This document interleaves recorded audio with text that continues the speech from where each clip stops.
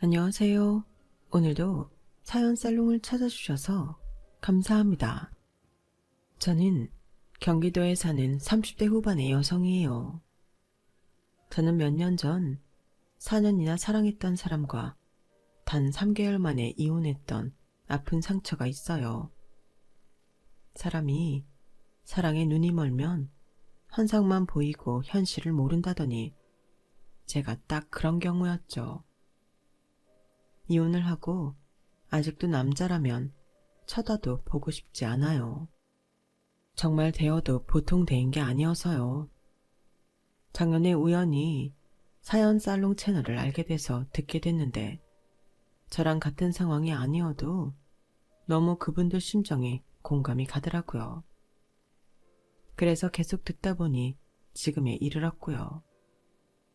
이제는 제 과거도 훌훌 털어버릴 겸 해서 사연을 보내게 됐어요. 저를 만만하다고 여겨서 결혼하고 지네 집만 챙긴 이기적이고 재수없는 남자 이야기 시작할게요. 남편은 중학교 동창이었고 다시 만난 건 한 친구의 결혼식 때문이었어요. 그 친구와 저는 중학교만 같은 학교를 나왔는데도 대학을 졸업하고 사회생활을 할 때까지 꾸준히 연락이 돼서 계속 만나고 있는 친구였어요. 그렇게 인연이 오래된 친구가 결혼을 한다니 정말 축하할 일이었죠. 그 친구 결혼식 축하를 위해 중학교 동창들이 몇몇 모이게 됐는데 거기에 남편이 있었어요. 사실 제가 중학생 때 남편을 좀 좋아했어요. 대놓고 선물을 준 적도 있었지만 남편이 그다지 반응이 없어서 시들해지고 저는 친구들하고 또 다른 애를 좋아했고요. 그럼에도 예전 기억이 되살아나서 좀 설레더라고요. 중학생 때도 키가 크고 얼굴이 하얀 게 잘생겨서 눈에 띄었는데 다시 만나서 본 남편도 친구들 중 제일 잘나긴 했더라고요. 잘생기고 가진 거 없는데도 보티 나 보이는 애들 있잖아요. 남편이 딱 그랬거든요. 그럼에도 어딘가 모르게 피곤해 보이고 표정이나 행동에서 생활이 묻어났는데 알고 보니 남편은 그때도 취직이 안 돼서 취업 활동을 하고 있었어요. 남편은 외모가 눈에 띄어서 대학을 방송연예과로 진학을 했는데 배우로 잘 풀리지 않아서 다른 일을 찾는다고 했어요. 아무래도 특수한 직업을 하려다가 일반직을 찾으려 하니 어려움이 있는 것 같더라고요. 수희야, 정말 오랜만이다. 살아있으니 다 만나는구나. 야, 우리 나이가 몇 살이나 됐다고 살아있는 타령이야. 아무튼 이렇게 다시 보니 반갑다. 그렇게 가볍게 인사나 주고받다가 말겠지 했는데 의외로 남편과는 친구 결혼식이 끝난 후에도 계속 연락이 이어졌어요. 남편은 회사 생활을 하는 제가 부럽다고 했고 저는 남편이 배우를 할 만큼 잘생겼고 그쪽 세계를 조금이나마 들여다봤다는 걸 부럽다고 했어요. 제가 모르는 세상은 동경하게 되는 법이잖아요. 그러면서 제가 남편한테 취업 정보도 알려주고 면접 요령 같은 것도 코치를 하다 보니 자주 만나게 됐죠. 지훈이 너는 방송 쪽을 그래도 아니까 연예계 관련된 업종을 알아보는 게 더 좋지 않겠어? 그쪽으로 취직한 선배들도 있을 거 아니야. 그쪽도 생각해보고 있어. 그래도 현장에 가는 매니저 같은 일보다는 사무랑 관련된 걸 하고 싶어. 정규직이 되어야 나도 마음이 놓을 것 같아. 남편은 저한테 취직활동 도움을 받았고 가끔 제가 밥을 사주기도 했어요. 그러다 어느새 둘이 사귀는 사이로 발전했고요. 그렇게 4년이라는 시간 동안 남편은 최종 면접까지 갔다가 떨어져서 울고불고 한 날도 있었고 연예기획사의 매니저로 들어갔다가 하루 만에 다시 나온 적도 있고 정말 별의별 일이 다 있었어요. 그때마다 저는 제 돈으로 남편 밥도 사 먹이고 면접 갈 때 쓸 돈도 주고 그랬었네요. 저와 사귀는 사람이니까, 그리고 그 사람이 잘 되기 바라니까 챙긴 거였고, 당시에는 그렇게 하는 게 당연하다고 생각했어요. 남편은 자기 일이 잘 풀리지 않자 저한테 헤어지자며 자기가 저보다 못한 것 같아서 자꾸 열등감이 생긴다고 하더라고요. 저는 그러는 게 안타까워 말없이 옆에 있었고, 그렇게 인연을 이어나가던 중 드디어 남편이 취직을 하게 됐어요. 공연과 관련된 기획사 쪽 일이었지만 현장이 아닌 사무직이었고, 회사도 꽤 탄탄한 곳이고 대기업과도 연결이 되어 있어서 남편은 최종 합격 후에 너무 좋아서 방방 뛰기까지 했어요. 정말 잘 됐다. 축하해. 이제 잘 되는 일만 남았네. 와, 그동안 진짜 형수랑 너 아니었으면 못 버텼을 거야. 고맙다, 수희야. 남편이 말한 형수는 몇 년 전 형이 돌아가시고 혼자서 조카 둘을 키우는데 중학생들이라고 했어요. 형과 나이 차이가 많이 나는 남편은 부모님이 일찍 돌아가셨고 형 밑에서 자랐는데 형수가 많이 챙겨줬다고 하더라고요. 그래서인지 늘 말끝마다 형수 얘기가 따라다녔어요.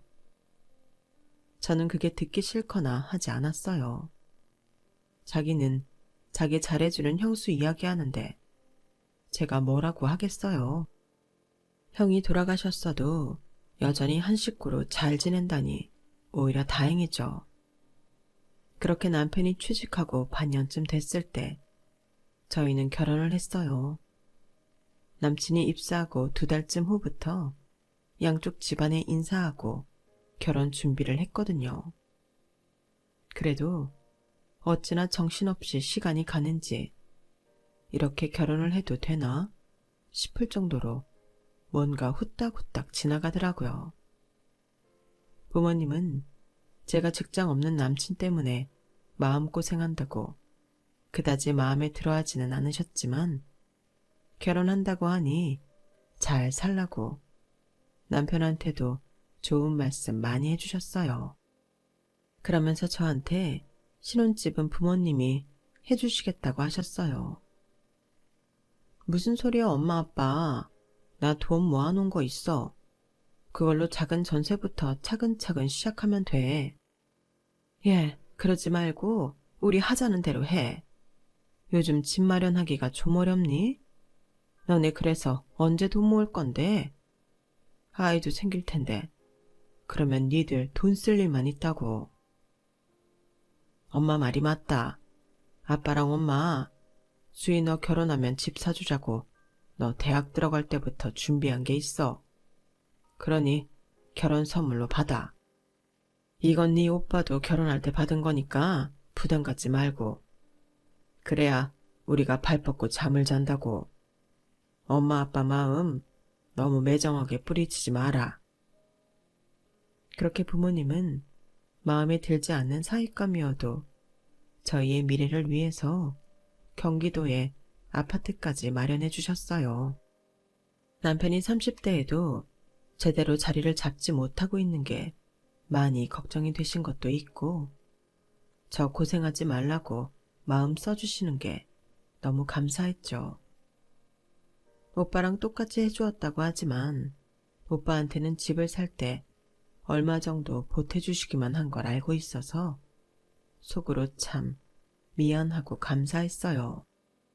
하지만 결혼하고 보니 남편은 정말 형수한테 많이 의지를 하더라고요. 이제는 저랑 결혼을 했음에도 뭐든 형수한테 물어보려고 했어요. 그런 형수는 저를 싫어하는 티를 많이 냈고요. 저희 부모님도 남편 마음에 안 드는 거 당사자 앞에서는 티 안 내는데 남편 형수는 정말 노골적이었어요. 솔직히 우리 도련님 진짜 잘생기고 괜찮잖아. 수희씨, 이제 동서라고 해야지? 아무튼 동서보다 더 괜찮은 여자 만날 수도 있는데 취직하기 전까지 많이 챙겨줬다고 결혼까지 가는 걸 보니 우리 도련님 의리 하나는 끝내준다 했어. 아니, 요즘 세상에 누가 자기 챙겨줬다고 결혼까지 해? 그런 시대 아니잖아. 그러니까 동서가 우리 도련님한테 계속 힘이 되어줘야 돼. 알겠어?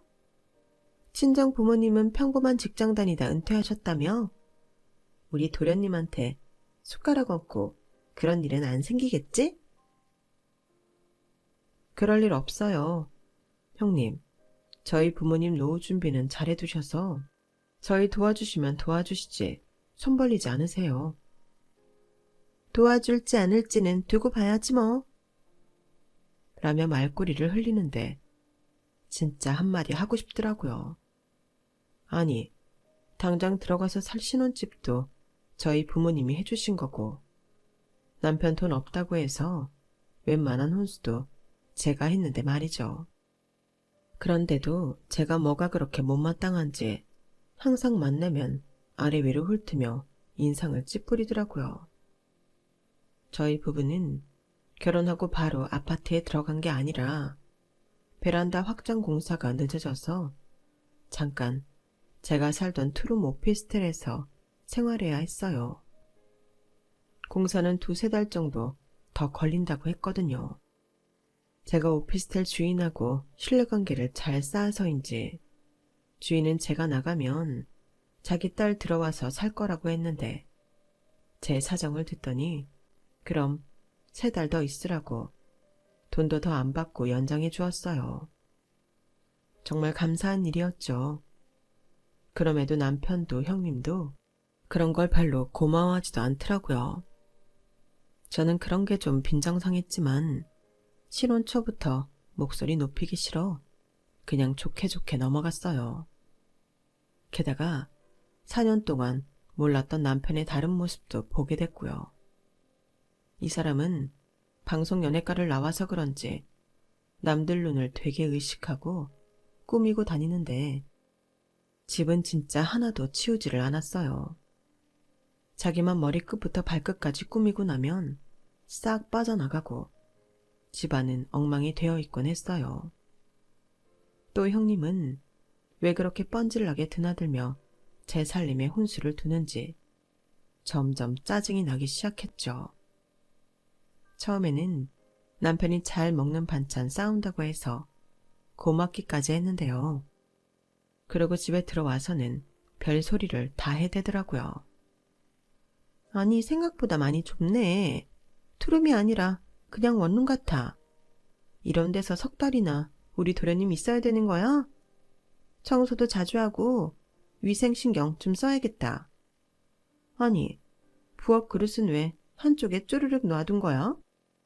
라더니 제 찬장을 열어서 자기 마음대로 그릇 위치를 바꾸려고 하더라고요. 형님, 어차피 저희 이사 갈 거고 제가 쓰던 대로 두는 게 익숙해서 편하거든요. 그리고 제 살림이니까 이런 건 제가 알아서 해도 될 것 같아요. 하여간 요즘 젊은 사람들은 뭘 가르쳐 주려고 해도 배우려고 하지를 않아. 동서, 우리가 동서지간이기는 해도 나랑 동서랑 12살 차이 나는 거 알지? 띠동갑이라고 내가 선생을 해도 될 나이야. 그러니까 그냥 어른이 하는 말은 새겨들어. 알았어? 그렇게 형님이 가고 얼마 안 돼서 저는 이사가서 쓸 가전제품을 정리하다가 물건이 없어진 걸 발견했어요. 새 집에 들어가서 뜯으려고 박스채 그대로 놔둔 거였는데 스탠드형 모니터하고 신형 에어프라이어 기기가 없더라고요. 지훈씨, 우리 부모님이 사주신 스탠드 모니터랑 내 친구한테 선물 받은 에어프라이어 왜 안 보여? 어디 뒀더라? 그거 형수 갖다 드렸는데 조카들이 벽걸이 모니터 때문에 거실 나오기 불편하다고 했대. 그래서 그거 갖다 드리는 김에 에어프라이어 사고 싶다고 하신 게 생각나서 같이 갖다 드렸지. 뭐? 그걸 형님한테 갖다 드렸다고? 그럼 우리는 어쩌고? 저는 이 일만큼은 그냥 넘어가게 되지 않았어요. 하지만 남편은 오히려 저를 이상하다는 듯 쳐다보더라고요. 뭐 어때? 우리는 벽걸이 모니터 쓰면 되고 에어프라이어도 필요하면 나중에 사면 되잖아. 당장 필요하다는데 우리보다 더 잘 쓰지 않겠어?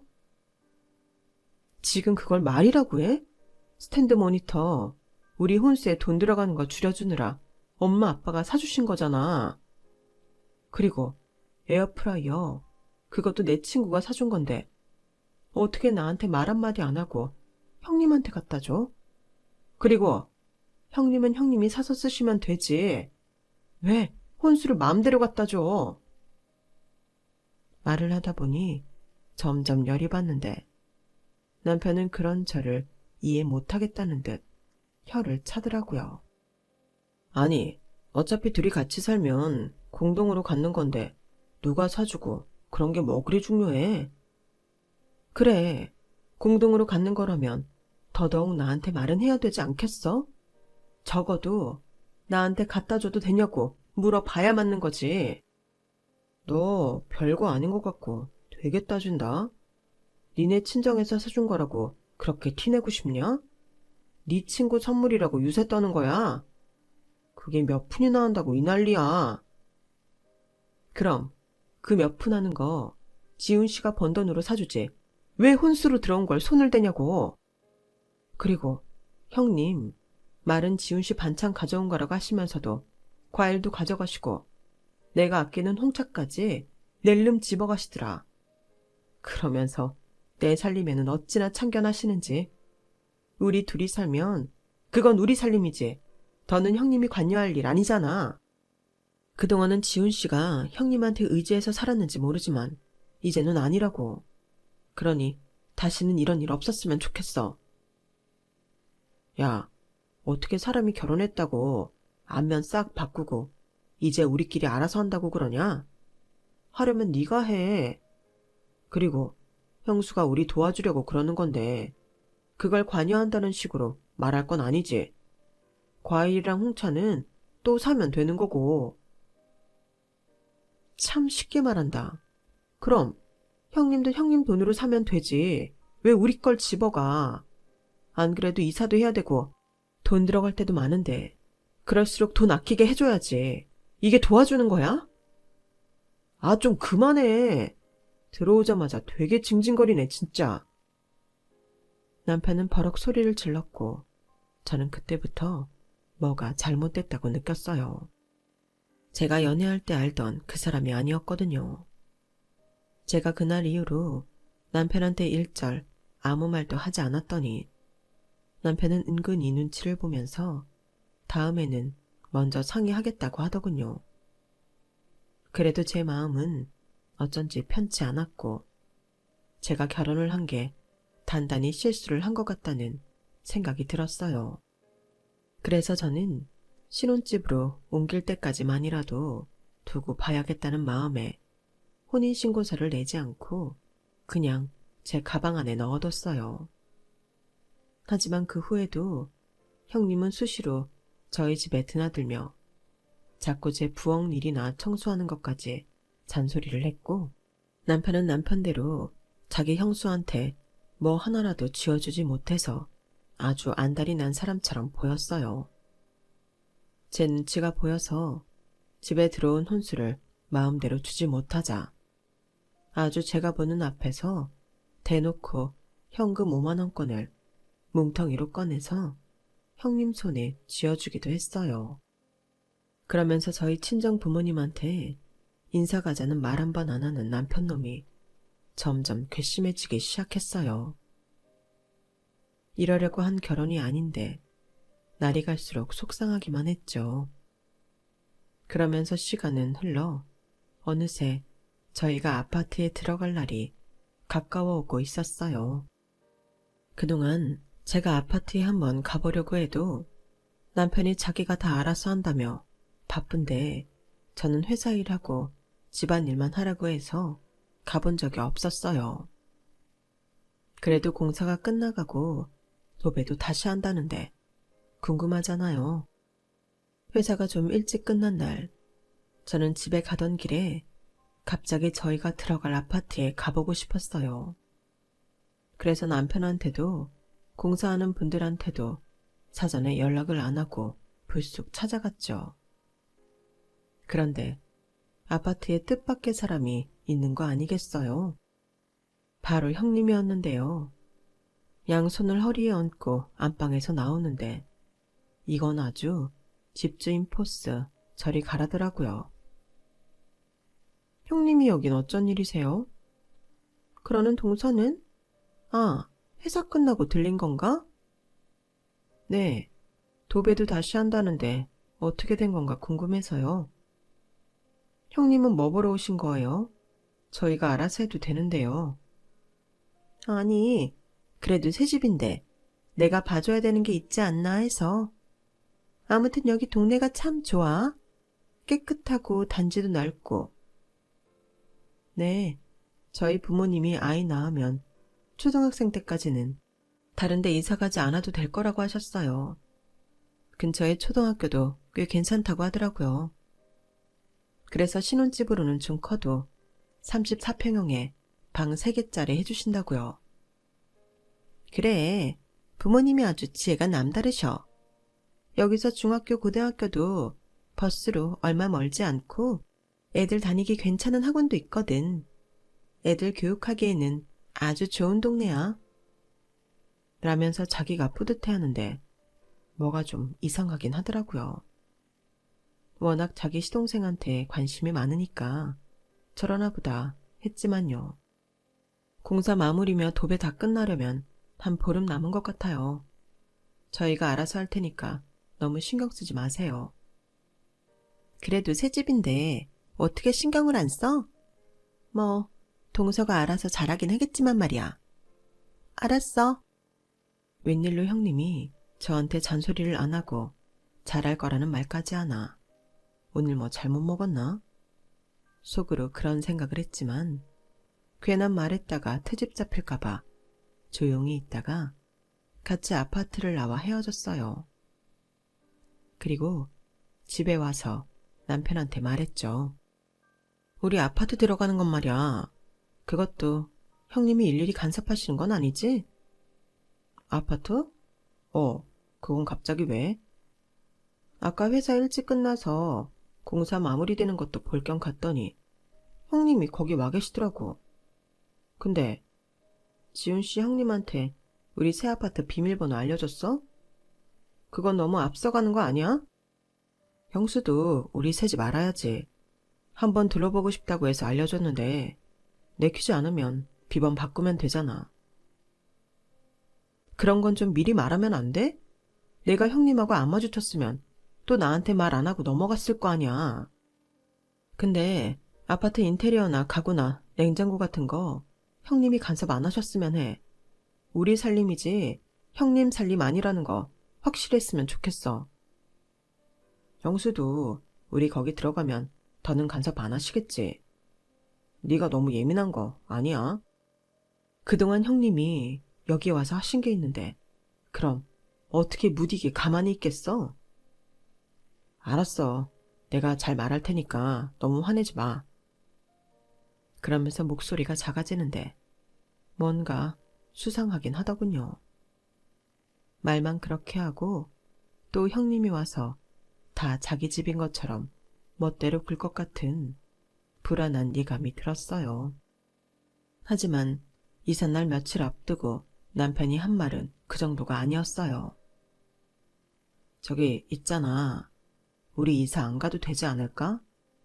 지금 당장 우리 여기 살기에 좁지도 않고 여기가 회사 다니기에도 나쁘지 않아서 하는 말이야.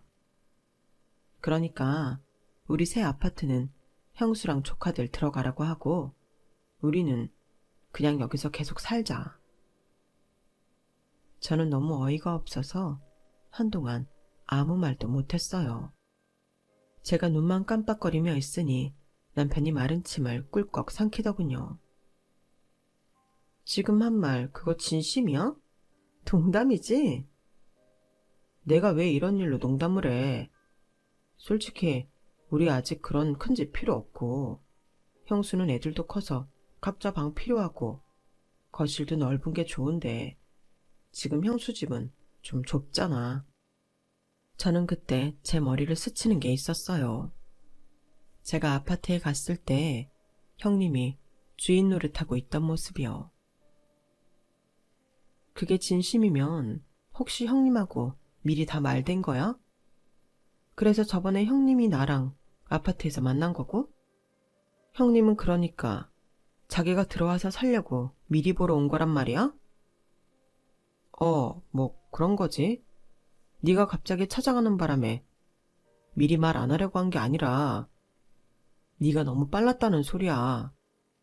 그 아파트 우리 부모님이 사주신 거고 4명인 건 알지? 그런데 거기에 형님네를 들여보내자고? 우리는 여기서 살고? 제정신이야? 미친 거야? 우리 여기 이제 곧 나가야 돼. 석 달 산 것도 주인이 호의를 베풀어서 산 거야. 그러니까 네가 다시 말 좀 잘해봐. 너랑 집주인 친하잖아. 친하면 호구 취급해도 되니? 우리 멋대로 나간다고 했다가 안 나갈 거니까 따님은 다른 데 보내고 우리가 살겠다. 그러라고? 그게 왜? 우리가 여기서 사는 게 집주인한테도 더 이득이잖아. 와, 나 미치겠네. 야, 박지훈. 너는 그러니까 그런 마인드로 내 아파트도 네 형수 들어가서 살게 하겠다. 그거구나? 아니, 형수는 애들도 그렇고 34평에서 살만하잖아. 우리가 몇 년만 양보하자. 조카들 곧 다들 수능 보고 대학 간다. 그때 우리가 들어가도 늦지 않지. 그리고 집은 네 명인 거 나도 알아. 그래도 이제 우리 부부니까 니께 내 거인 거고 다 그런 거 아니겠어? 야, 너는 왜 항상 네 마음대로 결정하고 나한테 통보해? 이게 어디가 나를 그 집 명의자 대접한 거니? 너 아주 형수한테 마음 씀씀이가 눈물겨운데 그 눈물겨움을 왜 네 돈으로 안 하고 다 내 걸로 하니? 여태껏 다 그랬잖아. 네 형수한테 준 거 다 내 앞으로 들어온 거 아니면 우리 부모님이 해주신 거. 아닌 게 아니라 저번 스탠드 모니터와 에어프라이어 말고도 그 뒤로 남편이 자기 형수네로 보낸 물건이 몇 개 더 있었어요. 그것도 꽤 괜찮은 고급 가전제품들을요. 아니, 나는 네가 아직도 네 거 내 거 따지는 게 이해가 안 돼. 누구 앞에 들어왔든 필요한 사람 주는 건데 뭐 어때? 네 거 내 거는 안 따지면서 나한테 말은 안 해? 그건 대체 무슨 편리한 심보야? 야, 다 됐고 안 돼. 그 아파트 형님네 절대 못 들어가. 절대 안 돼. 형수님 이미 이사 준비 다 마쳤어. 이삿짐 센터 예약도 했고. 취소하시라고 해. 집주인이 절대 안 된다고 했다고 하면 되잖아.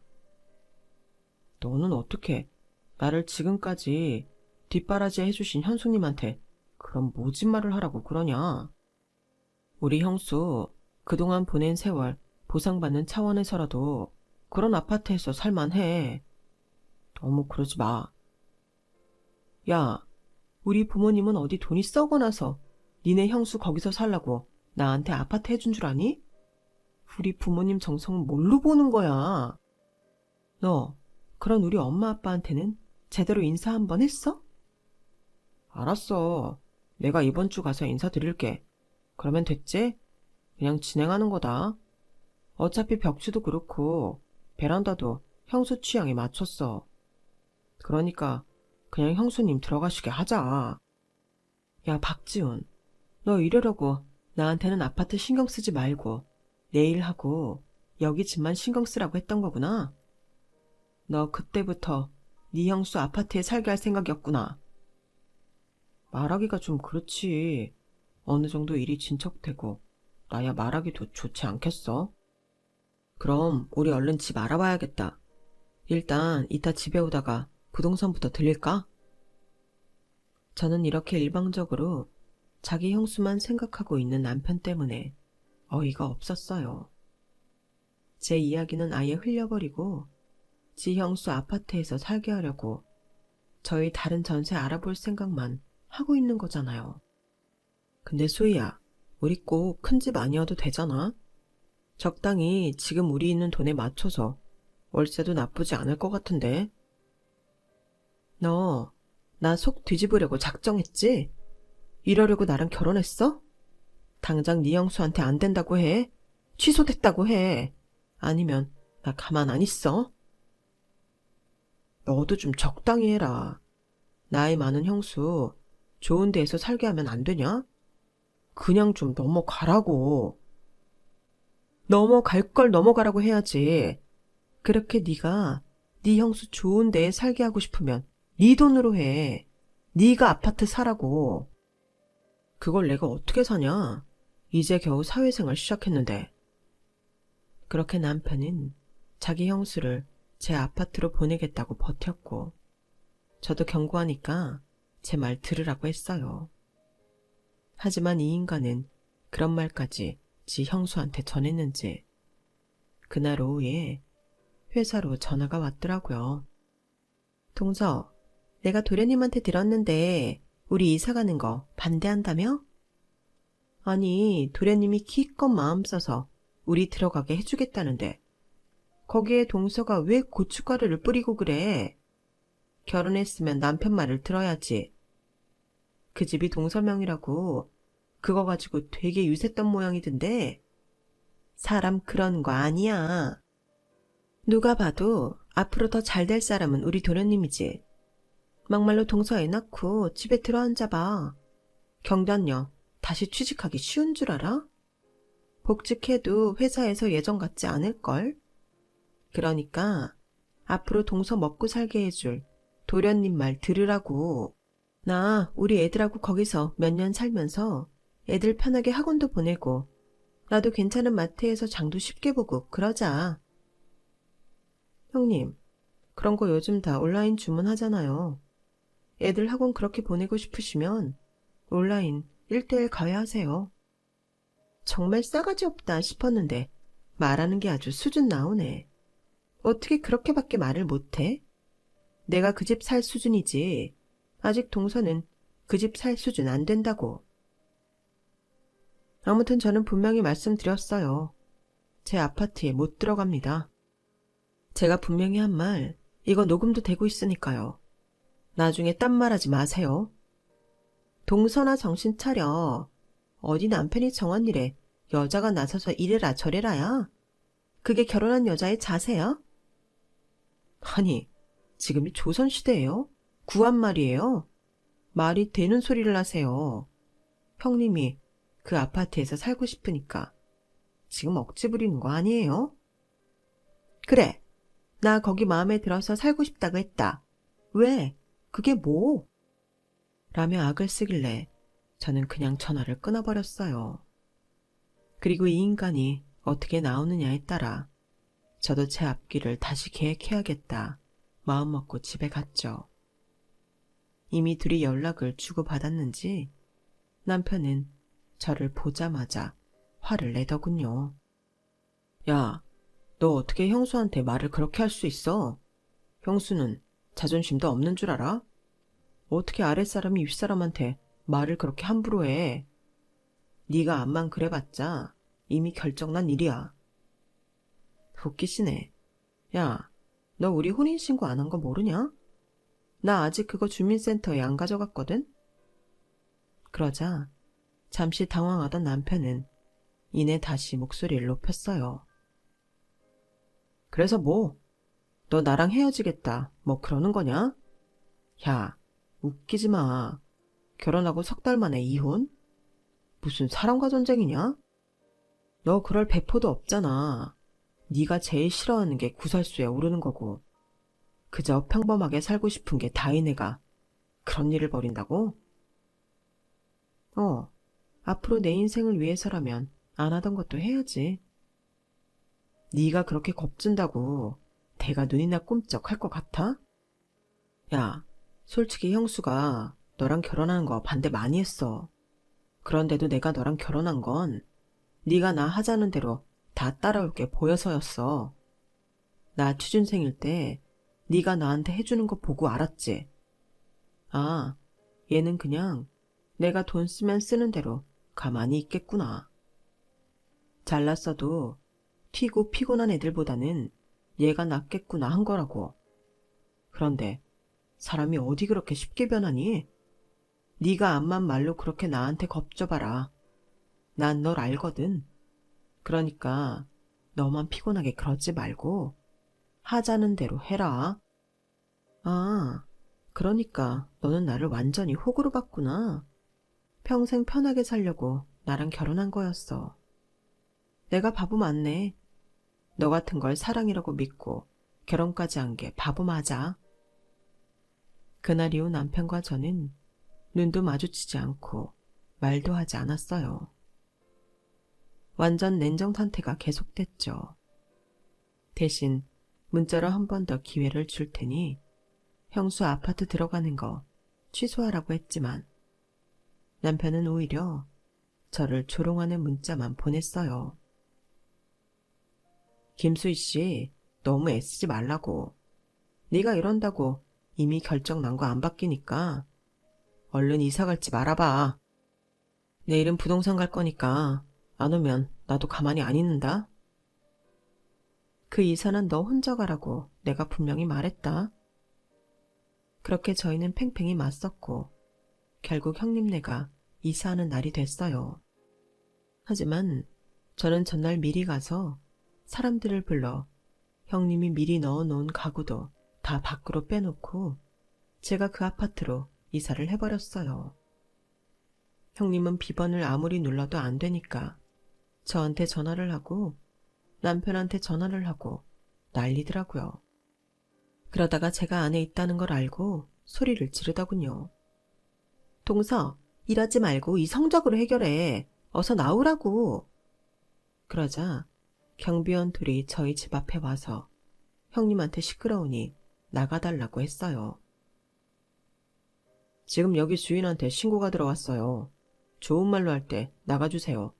안 그러면 저희 경찰 부릅니다. 아니, 여기가 내가 이사 올 집인데 어디 나보고 가라고 해요. 억지 좀 부리지 마세요. 어제 여기 주인 이사 들어왔어요. 저희가 얼굴 보고 다 확인도 했고요. 여기 주민 아닌 사람이 들어와서 이러면 안 돼요. 얼른 나가주세요. 그렇게 형님은 소리를 지르며 억지로 끌려나갔어요. 그럼에도 어떻게든 아파트에 들어와 보겠다고 주차장에다가 짐을 내려놓고 해가 질 때까지 있다가 결국 어쩔 수 없이 다시 이삿짐 센터를 불러서 짐을 옮겨 자기 집으로 가야 했어요. 저는 그걸 보고 나서야 그날 하루 종일 저한테 전화에 문자로 이상한 말을 해대던 남편한테 만나자고 짧게 문자를 보냈어요. 그리고 그 인간을 카페에서 보자마자 이혼 서류를 내밀었죠. 우리 혼인신고 안 해서 어차피 둘 다 1억 안 남을 거야. 그런데 일단 사실혼 관계라서 정리는 필요하거든. 너 그동안 나한테 타간 돈 다 내놔. 야, 너 진짜 이렇게 치사하게 나올래? 그래, 네 소원대로 형수 아파트 못 들어갔으면 됐지. 이딴 식으로 할 거냐고. 나 너랑 안 산다고. 귓구멍 막혔으면 뚫고 잘 들어. 네가 3달 동안 어떤 놈인지 나한테 너무 잘 보여줬고 저번에 나랑 살면 편할 것 같다고 했던 말도 나 다 녹음해놨어. 네가 아파트 네 형수 살게 해준다고 할 때부터 나 너랑 한 말 전부 다 녹음해놨다고. 이게 과연 누구한테 유리할 것 같아? 어떻게 부부 사이에 네 거 내 거를 따져. 당연히 따져. 너 지금 여기서도 물어봐. 이게 말이 되는지. 내가 카페 직원한테 물어보고 올까? 내가 해봐? 그러자 남편은 아무 말도 못하더라고요. 너 왜 이제 와서 아무 말도 못해? 네 말이 맞다면 경비 아저씨들이 왜 경찰 부른다고 했겠어? 법적으로도 네 형수가 내 집에 들어올 권리가 없기 때문이야. 그 어떤 계약서 한 장도 없으니 네 형수가 내 집에 오는 건 무단 침입이라고. 너도 그 정도는 알 거 아니야. 수희야, 이건 부부 사이 문제고 가족 일인데. 가족 같은 소리 하네. 어떤 가족이 맨날 한 사람은 소외돼서 둘이 꾸민 일에 일방적으로 당하고 사니? 그게 가족이야? 넌 나한테 가족이 아니야. 넌 기생충이라고. 제가 소리를 버럭 지르자 남편은 주변 눈치를 살피더니 아무 말도 하지 못했어요. 그 후 남편은 자기가 쓴 돈을 정말 전부 줘야 되냐며 용돈으로 줬던 건 안 받으면 안 되냐고 비굴한 소리를 하더군요. 그래서 저는 절대 안 된다고 다 돌려받겠다고 했어요. 자기가 이길 수 없다는 걸 알았는지 남편은 이제 제가 의리 없고 나쁜 년이라고 동창들한테 소문을 냈더라고요. 그렇게라도 해서 저를 어떻게든 나쁜 사람 만들고 싶었나 봐요. 하지만 저와 계속 연락을 했던 친구가 제 사정을 알고 있었고 중학생 동창들은 남편보다 그 친구와 더 친했기 때문에 남편이 하는 말을 듣는 애들은 아무도 없었다고 해요. 물론 그중 몇 명은 딴 생각을 했을 수도 있지만 기본적으로 친정에서 제 앞으로 해준 아파트에 자기 형수를 들어가서 살게 하겠다는 기상천외한 발상은 다들 말도 안 된다고 고개를 저었다고 하네요. 아무튼 그렇게 저와 남편의 관계는 끝이 났고 법원에서도 최종적으로 제 손을 들어줘서 남편은 저한테 위자료와 그동안 가져갔던 돈을 다 갚아야 했어요. 그러자 남편 형수가 더 길길이 뛰며 난리더라고요. 그거 봐요 도련님. 내가 저 여자 만나지 말라고 했잖아. 인상이 안 좋다고. 도련님 제대로 뒷바라지 못할 것 같다고. 얼마나 그랬어? 결국은 이런 꼴을 보고만 해. 아, 저 독한 게 우리 도련님 신세를 망쳤어. 그때 저만 치서 그 얘기를 들은 엄마가 성큼성큼 다가오더니 형님한테 싸대기를 한 대 갈겨버렸어요. 형님은 저희 엄마가 없는 줄 알고 발악을 하다가 뺨을 얻어맞고는 놀라서 아무 말도 못했죠. 이 미친 것들이 뚫린 입이라고 끝까지 함부로 말을 해? 야, 우리야말로 네 시동생하고 우리 딸 결혼 안 시키려고 했어. 그래도 결혼한다니 고생하지 말라고 해준 아파트에 뭐? 우리 딸이 수준이 안 맞아? 네가 수준이 맞아? 야, 그럼 네 돈으로 벌어서 네가 사서 들어가. 수준에 맞게. 헛타대고 남의 집 귀한 딸한테 못된 짓이야. 그제야 형님은 조용해졌고 뒤에서 그걸 보고 있던 남편은 뒷걸음질을 치며 우리 부모님한테 안 걸리려고 쌩하니 도망을 가버렸어요. 정말 끝까지 치사하고 비열한 모습만 남긴 최악의 인간이죠. 결국 남편은 저한테 위자료를 물어주고 그동안 가져간 돈도 갚아야 해서 대출을 받았고 그걸 갚느라 회사 근처에 원룸을 얻었는데 그것마저도 비싸서 얼마 못 입고 나와서 회사랑 한참 먼 곳에 원룸 빌라를 얻었다고 해요. 남편 형수도 우리 아파트로 이사 온다고 신이 나서 전세 뺀 걸로 가구니 뭐니 사느라 돈을 다 써버려서 돈을 다시 마련해서 더 작은 집으로 이사 가야 했고요. 그렇다고 해도 저는 불쌍하다는 생각이 요만큼도 들지 않았어요. 저한테 한 짓이 있는데 제가 뭐가 불쌍하겠어요. 그걸 보면 지 팔자 지가 꼰다는 말이 괜히 나온 게 아니다 싶더라고요. 저는 그 후 아직까지 부모님이 해주신 아파트에 혼자 살면서 싱글 라이프를 즐기고 있어요. 남자 안 만나면 어떤가요? 아직은 누구도 만나고 싶지 않아서. 이런 말을 하지만 나중에는 또 어떻게 될지 모르죠. 좋은 사람을 만날지도요. 그때는 정말 사람 좋은 사람을 만났으면 합니다. 제 사연 들어주셔서 감사합니다. 매일매일 어제보다 행복한 오늘이시길 바랍니다. 여러분, 사연 댓글에 응원과 현명한 조언 부탁드려요. 좋아요와 구독은 저에게 큰 힘이 됩니다. 오늘도 좋은 일 가득하세요.